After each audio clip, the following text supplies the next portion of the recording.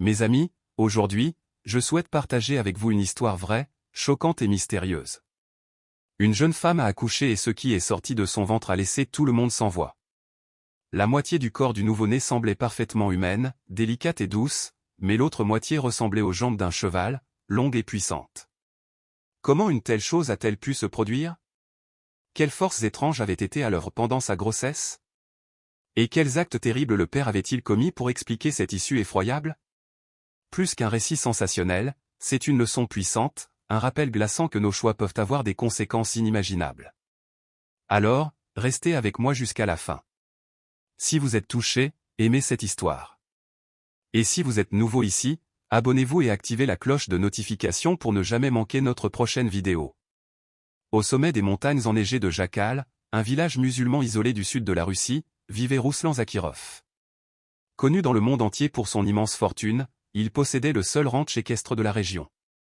2 hectares gelés s'étendaient devant vous, parsemés de majestueux étalons arabes, de races montagnardes robustes et de chevaux de course primés importés du lointain Tatarstan. Aux yeux du monde extérieur, Rouslan était un homme d'affaires prospère qui apporta la prospérité à Jakal.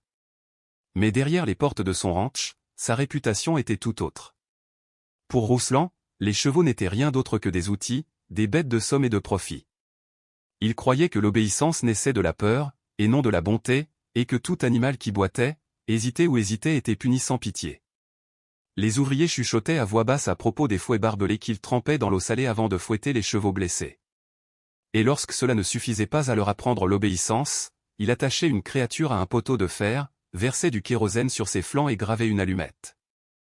Les cris d'angoisse des chevaux en feu résonnaient dans la vallée, leurs ombres dansant contre les murs des granges. Les villageois fermaient leurs fenêtres, allumaient de l'encens pour masquer l'odeur de chair carbonisée et priaient pour un sommeil qui ne venait jamais. Enceinte de 8 mois, Léla Zakira, l'épouse de Rouslan, vivait dans une terreur silencieuse. Âme pieuse et douce, elle avait depuis longtemps perdu la force de mettre un terme à la cruauté de son mari, mais chaque nuit, ses actes monstrueux la submergeaient de nouvelles vagues de culpabilité et de peur. Elle serrait son ventre rond, murmurant des prières pour son enfant à naître, « Protège l'âme de mon bébé, ô Seigneur. » Qu'aucun péché de son père ne l'atteigne. Mais Rouslan se contentait de railler ses prières, se versant un autre verre de vodka au prunet se moquant de sa foi. Penses-tu qu'Allah se soucie plus des chevaux que de l'homme qui apporte commerce et argent à cette vallée?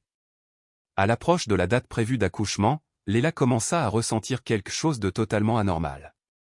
Les coups de pied de son bébé n'étaient pas de légers battements d'ailes, mais des bruits sourds et insistants, comme des sabots qui claquaient en elle. Dans le silence de la nuit, elle regardait son ventre ondulé, comme si quelque chose en elle tripotait la vie elle-même. La sage-femme du village, sœur Zuléa, l'examina et la déclara en parfaite santé, elle et l'enfant. Mais les rêves de Léla racontaient une autre histoire, des granges en flammes, des chevaux dont la peau brûlait encore, leurs yeux torturés fixés sur son ventre. Dans ses rêves, les chevaux parlaient avec une voix semblable au vent, murmurant « Votre enfant marchera pour nous ». Terrifiée, Léla supplia son mari « S'il te plaît, Rouslan, épargne-les. Si ce n'est pas pour eux, alors pour le bébé. » Il se tenait près de la fenêtre, fouet à la main, la mâchoire durcie. « La pitié est pour les faibles, » cracha-t-il. « Mon sang a bâti cet empire, et mon enfant ne fera pas de quartier. » Cette nuit-là même, une jument malade, vieille et infirme, s'effondra près de la grange. Furieux, Rouslan ordonna de la traîner jusqu'au quartier des ouvriers. Il l'aspergea d'essence, gratta une allumette et regarda les flammes gronder si haut qu'elles embrasèrent la montagne. Léla, observant par la fenêtre de sa chambre, sentit les douleurs de l'accouchement la submerger comme le tonnerre. Transportée d'urgence au cottage de sœur Zuléa, Léla endura un travail brutal toute la nuit, sous les nuages d'orage qui s'abattaient au-dessus d'elle. Puis, juste avant l'aube, le silence s'abattit sur la pièce. La sage-femme fixait le nouveau-né, les larmes aux yeux. Léla, pâle et tremblante, baissa les yeux vers son fils et se mit à pleurer. De la taille jusqu'à la tête, il était parfait, de minuscules doigts enroulés autour des siens, son visage doux et humain. De la taille jusqu'aux pieds, ses jambes étaient longues et nerveuses, couvertes d'un poil noir et dru, pliées comme les membres d'un étalon, chacune terminée par un sabot épais. L'espace d'un instant, la pièce retint son souffle, puis Léla s'évanouit. Dehors, Rouslan arpentait la pièce, certain d'avoir un puissant héritier. Lorsque sœur Zuléa révéla la vérité, son rire retentit, dur et moqueur. Mais lorsque la sage-femme l'introduisit dans la chambre, sa cruauté fut à son comble. La vue de son propre fils lui fit perdre le sang. Il entra dans une rage folle, accusant Zuléa de sorcellerie et menaçant de brûler sa maison. Personne ne pouvait expliquer le miracle, ni la malédiction. Cette nuit-là, alors que la neige commençait à tomber sur le ranch ensanglanté, les derniers chevaux hennirent une fois, puis se turent. La nouvelle de l'enfant aux jambes de cheval se répandit comme une traînée de poudre à Jacal et au-delà. Les villageois se signèrent, se remémorant d'anciens récits de châtiments divins, des tyrans punis non par le déluge ou la foudre, mais par des présages vivants. Rouslan Zakirov, autrefois la fierté de la vallée, en devint la honte. L'homme fier qui arpentait les bazars, fouet aux côtés, se cachait désormais derrière des portes verrouillées. Un à un, ses chevaux restants refusèrent de manger. Leurs yeux s'écarquillèrent de terreur, leurs cris plaintifs sonnant presque humains. Puis, sans maladie ni avertissement, ils se turent à leur tour, ne laissant derrière eux que le souvenir d'une terrible histoire édifiante. Ils commencèrent à mourir. Les ouvriers furent les premiers à partir, certains prétendirent avoir vu des ombres se déplacer dans les écuries, d'autres parlèrent de sabots claquant sur le toit la nuit. Un jeune palefrenier s'enfuit en pleurs, affirmant avoir vu le fantôme d'une jument en feu près de l'abreuvoir. En 2 semaines, le ranch était désert. Plus personne n'osait rester, à l'exception de la famille Zakiro. À l'intérieur, il a parlé à peine. Elle était assise près du feu, son enfant, Ilas, dans les bras, le regard perdu par la fenêtre givrée. Ilas grandissait à une vitesse anormale. En quelques mois, il rampait, mais pas comme les autres bébés. Ses pattes sabotées raclaient le parquet à chaque mouvement, chaque bruit sourd faisant craquer les planches sous lui. Il pleurait en silence à chaque fois que le plancher se fendait non pas pour la maison, mais pour la vie que son fils allait porter. À 2 ans, Ilas pouvait marcher, mais seulement d'un étrange boitement latéral, comme celui d'un poney boiteux. Lorsqu'il essayait de courir, la maison tremblait. Ruslan lui interdisait de rentrer. Il construisit un enclos grillagé derrière la maison et ordonna, gardez-le là comme un animal d'écurie, je ne le laisserai pas détruire notre maison avec ses maudits pieds. Mais c'est ton fils, murmura Ila, les lèvres tremblantes. C'est un rappel. Une punition. Un monstre, rétorqua Ruslan d'un ton venimeux. Même tout petit, Ilas comprenait suffisamment pour ressentir la douleur du rejet. Au fil des ans, sa douleur s'est accrue, émotionnellement et physiquement. Les enfants du village l'appelaient « le poulain de Chétan » et jetaient des pierres sur la maison. Les mères serraient leurs enfants plus fort à chaque fois qu'elles passaient devant lui, sifflant des avertissements à voix basse. À 7 ans, Ilas savait qu'il était différent. Il refusait de sortir et ne parlait que lorsqu'on lui adressait la parole. Il se recroquevillait dans un coin de sa chambre, les sabots repliés sous lui, les yeux rivés au sol. Son seul réconfort était Ila, qui priait et lui racontait des histoires de prophètes et de miséricorde. « Tu n'es pas maudit », lui répétait-elle souvent. « Tu es le seul innocent dans cette maison. » Mais le monde qui l'entourait ne voyait que la peur. Par une nuit calme, alors que la vallée était enveloppée de brume et que la lune se cachait derrière les nuages, Ila faisait la vaisselle lorsqu'elle entendit un bruit régulier et rythmé, doux, lent, comme des sabots. Elle se figea, se tourna vers la fenêtre et aperçut une jument grise debout dans la cour, vieille, maigre, avec des yeux qui brillaient étrangement dans l'obscurité. Son souffle embrumait l'air et sa crinière ondulait comme si une brise la soulevait, bien qu'il n'y en eût pas. Ila sortit prudemment, s'approchant de la clôture, puis Ruslan apparut derrière elle. Lui aussi aperçut la jument, son visage était devenu pâle. Tremblant, il saisit un bâton et cria « Sors d'ici. Retourne d'où tu viens. » Mais la jument ne broncha pas. Elle le fixa de ses yeux humains, féroces et accusateurs. Ruslan lâcha le bâton. Le cheval hennit un long hennissement plaintif, empli de douleur et de reproches puis se tourna vers les bois et disparut dans le brouillard. Cette nuit-là, des phénomènes étranges commencèrent à se produire, des tuiles tombèrent du toit sans vent, des fissures se répandirent sur les murs comme des veines sombres, l'eau du puits devint boueuse, les poules du voisin moururent pendant la nuit. Les villageois accusèrent à nouveau les Acharov. « Chassez-les » crièrent-ils lors du rassemblement suivant à la mosquée.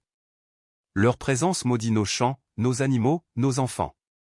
Mais le doyen du village, Cheikh Idriss, refusa. « Vous n'abandonnerez pas un enfant qui n'a rien fait de mal, dit-il d'un ton sévère. Nous ne répondons pas à la cruauté par plus de cruauté. » Ilas, alors âgé de 10 ans, était devenu incroyablement fort. Le haut de son corps était musclé à force de lever ses lourdes jambes, et malgré sa démarche maladroite, il pouvait traverser la cour à toute vitesse. Un jour, alors qu'il jouait seul, il trébucha dans le vieux poulailler. Les planches se brisèrent, les poules hurlèrent tandis que leur sang maculait l'herbe. Frappé d'horreur, Hylas s'effondra en sanglotant, « Je ne voulais pas. Je ne voulais pas. » Hylas se précipita dehors, le serrant dans ses bras, les larmes ruisselant sur son visage. « Ce n'est pas ta faute, Habibi.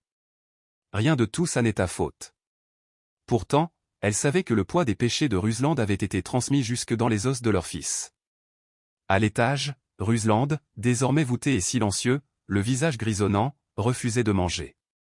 Ses jambes lui faisaient mal, gonflaient et noircissaient, ses ongles de pied tombaient un à un. Il hurlait la nuit, maudissant le ciel, le vent, et parfois même Ila. Le guérisseur du village vint un jour, vit ses jambes et partit sans un mot. Quelle que soit cette maladie, elle n'était pas humaine et peut-être la punition non plus.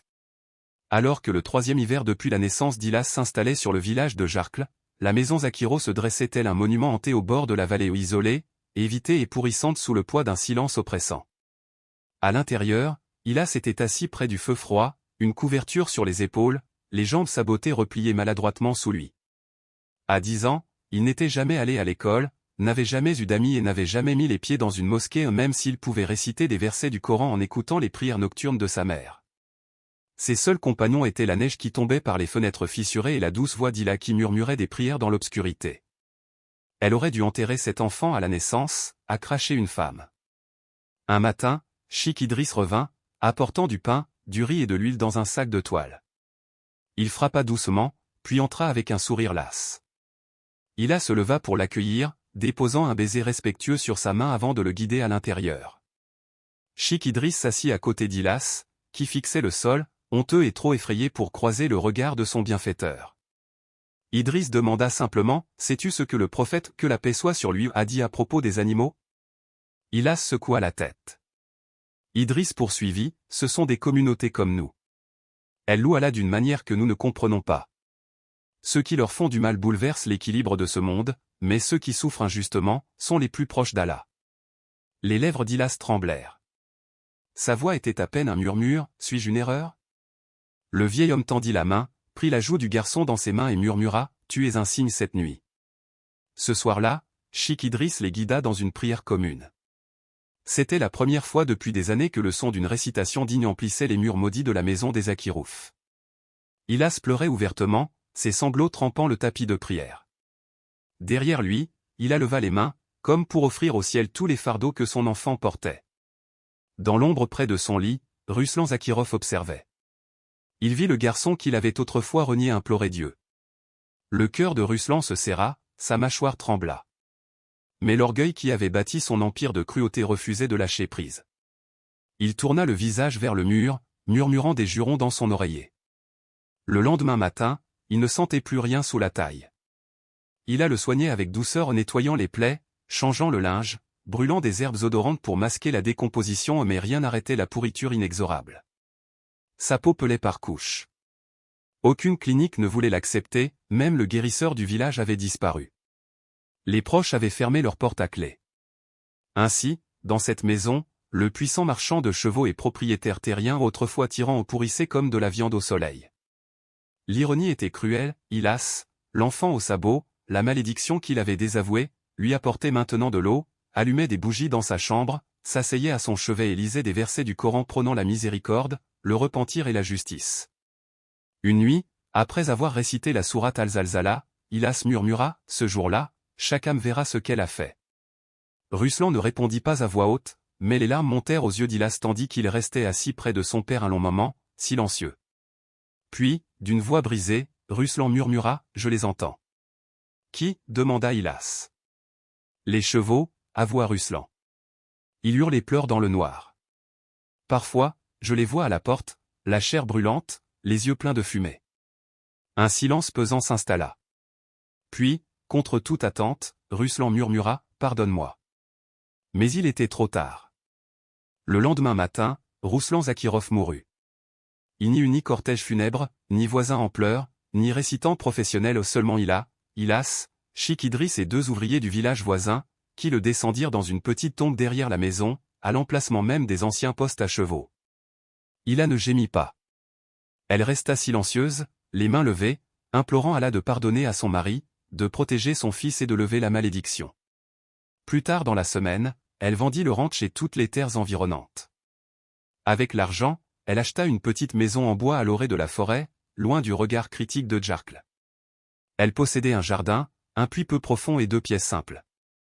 Là, elle et Hilas reprirent un nouveau départ. Hila plantait des légumes et des herbes médicinales. Hilas parcourait les champs, enfin libre de fouler la terre sans craindre de briser le sol. Ils priaient ensemble, cuisinaient ensemble et, surtout, vivaient sans honte. Bien que le monde les maudit, Hilas ne s'était jamais senti aussi humain. Les années passèrent dans la solitude tranquille de leur maison à flanc de colline. Le monde avait peut-être oublié Hilas Zakirov, mais lui, il ne l'avait pas oublié.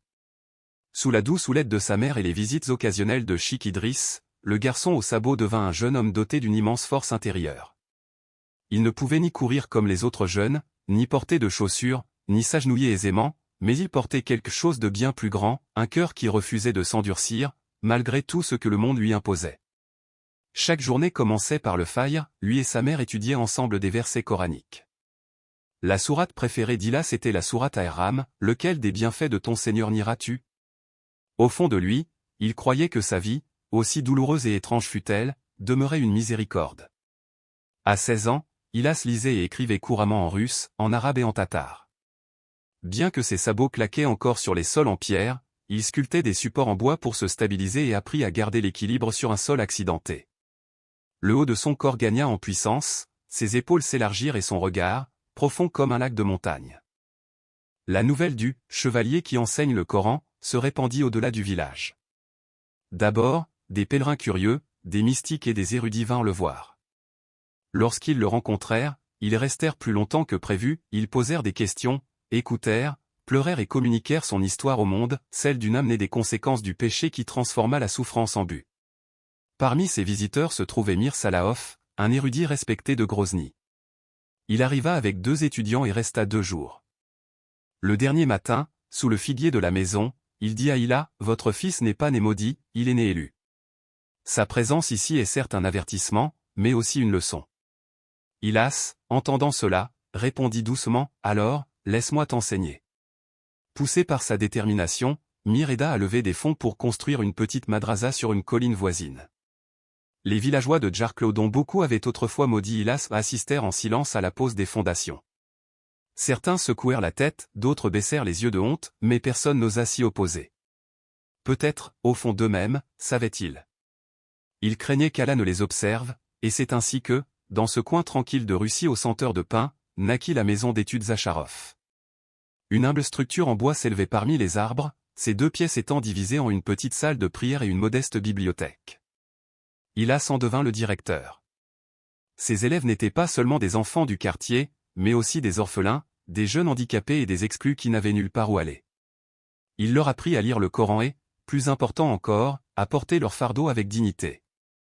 Il leur dit, « La douleur n'est pas une punition, c'est la preuve que votre cœur est encore vivant. » Un après-midi d'hiver, tandis que les flocons de neige tombaient comme des murmures du ciel, un groupe d'élèves se rassembla dans la salle de prière.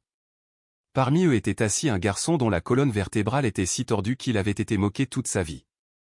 Avec hésitation, il leva la main et demanda, « Ustad, si Allah nous aime, pourquoi nous a-t-il créés ainsi ?» Hilas marqua une pause, puis s'agenouilla devant le garçon, non sans difficulté mais résolument. Relevant sa robe pour révéler ses propres jambes sabotées, il croisa le regard étonné des enfants et dit, « Alors vous saurez que même avec ça, » il désigna ses pieds, « vous pouvez tenir debout. » À partir de ce jour, Hilas n'était plus seulement un enseignant, il devint un symbole. Hila, plus âgée, plus mince mais paisible, s'occupait du jardin à côté de la madrasa. Elle s'asseyait à l'ombre d'un figuier et récitait le dhikr, tandis que son fils dirigeait les prières à l'intérieur. De temps en temps, des femmes du village arrivaient avec des offrandes, l'une apportait du miel, l'autre de la laine. Elles inclinaient la tête et demandaient, « Pardonneras-tu notre ignorance ?» Hila souriait toujours, répondant, « Allah est le plus miséricordieux, qui ne serais-je pas ?» Pendant ce temps, le vieux ranch Zacharov était en ruine. La nature avait repris ses droits, des fleurs sauvages poussaient là où les chevaux avaient saigné, des granges s'effondraient sous leur propre poids. Personne n'osa reconstruire sur cette terre, personne ne l'acheta jusqu'à ce qu'elle soit connue sous le nom de Zamuladab, la terre maudite. Mais pour Hilas, Cet endroit n'était plus une prison, il appartenait à son passé, et il avait depuis longtemps avancé.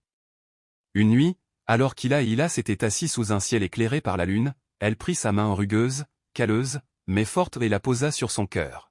« J'ai prié pour cela, dit-elle. Hilas parut perplexe. « Pourquoi » demanda-t-il. « Pour que mon enfant soit meilleur que son père, qu'il n'oublie jamais Allah, qu'il ne se laisse jamais définir par la cruauté. » Sa voix tremblait. Je pensais que mes prières avaient échoué, mais j'avais tort. Bouleversé, il baissa la tête. J'essaie seulement de réparer ce qu'il a brisé. Elle sourit doucement. Non, mon fils, tu montres au monde qu'Allah peut transformer l'enfant du péché en un phare. C'est cette nuit-là qu'elle tomba malade. Bien qu'elle ait caché sa fragilité pendant des semaines, ses forces déclinaient. Chaque soir, Hilas s'asseyait à son chevet, récitant le Coran, lui brossant les cheveux, chuchotant des histoires de leurs premiers jours dans la cabane forestière. Le dernier jour, elle demanda à être enterrée sous le figuier, près de la madrasa. C'est là qu'elle repose, enveloppée de blanc, à l'ombre des branches sous lesquelles les enfants apprennent des versets de miséricorde. Hilas perpétua son héritage avec chaque leçon qu'il enseigna, chaque garçon qu'il réconforta, chaque orphelin qu'il accueillit. Il veilla à ce que son nom perdure. Et un jour, des années plus tard, un inconnu de passage lui demanda « Es-tu le garçon né avec des sabots ?» Hilas sourit doucement. « Je l'étais, répondit-il, mais je suis devenu quelque chose de plus, car l'enfant du péché devint un berger non pas de chevaux, mais d'âmes brisées. Et Allah, dans son infinie justice, transforma un héritage de cruauté en une histoire de rédemption. L'enfant né du feu devint une flamme qui réchauffe les autres. Nous espérons que cette histoire vous a donné matière à réflexion et vous a rappelé que chaque action a des conséquences. Si vous l'avez trouvée significative ou révélatrice, n'hésitez pas à la partager avec vos amis, à laisser vos impressions dans les commentaires ci-dessous et à vous abonner et à activer la cloche de notification pour ne rien manquer de notre prochain récit poignant. À bientôt, soyez bienveillants, restez vigilants et souvenez-vous de la miséricorde d'Allah.